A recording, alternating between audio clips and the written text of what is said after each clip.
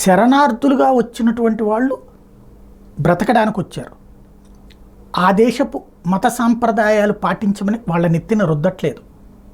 Syria నుంచినో, Afghanistan నుంచినో, లేకపోతే Iran నుంచినో, Yemen నుంచినో ఇట్లా వచ్చినటువంటి వాళ్ళు ఫ్రాన్స్లో ఉంటున్నారు. వాళ్ళనేమి ఫ్రాన్స్ మత సాంప్రదాయాల ప్రకారం క్రైస్తవం వైపుకి పొమ్మనమల్ల. మీ చక్కగా మీ మత స్వేచ్ఛను మీరు వినియోగించుకోండి, మీరు బ్రతకండి అని చెప్పారు.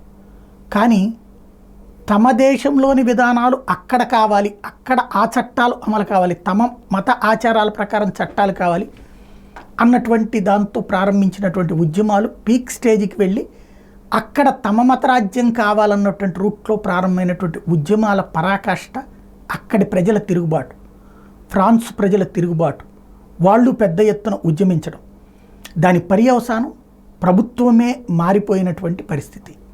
ఇప్పుడు గెలిచినటువంటి ఎవరైతే లీ ఉన్నదో తను ఇప్పుడు అందుకనినే కీలకమైనటువంటి స్టేట్మెంట్లే ఇస్తున్నారు. ఎక్కడ మొహమాట పడకుండా ఉన్నటువంటి మ్యారిన్ లీపెన్ తాజాగా కీలకమైనటువంటి స్టేట్మెంట్ ఇచ్చారు.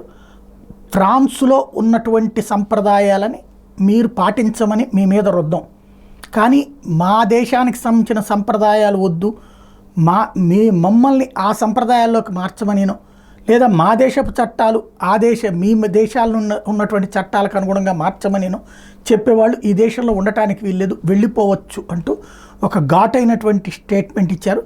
దాంతో ఇది కాస్త అంటే తిప్పి పంపిస్తాం అన్నటువంటి హెచ్చరిక జారీ చేశారు.